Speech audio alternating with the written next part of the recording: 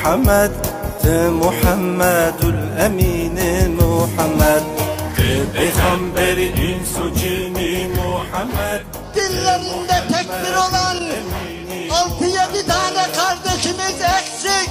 Yasin'i sana gönderdik ey Allah'ın Resulü.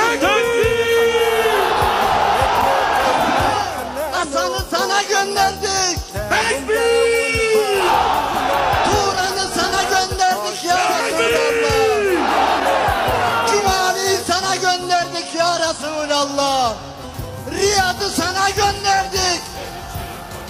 Şimdi senin kucağında olduğuna inanıyoruz. Öyle değil mi ya Resulallah?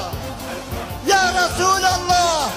Riyad yanına yakışır değil mi ya Resulallah? Deko bejin hakime matabime madhture mekiye Muhammed Deko bejin eviname muhbetame suhbetame kiye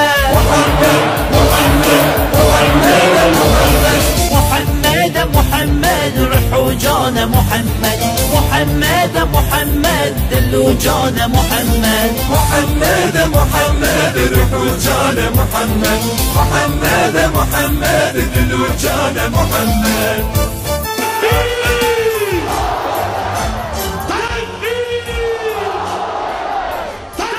Ne büyük kahırmış sensizlik, ne unulmaz bir yaraymış bilak belası. Ne karanlık bir gurbetmiş senden uzaklar. Ey yar, ya Muhammed, şimdi beldeler hazır, haneler hazır.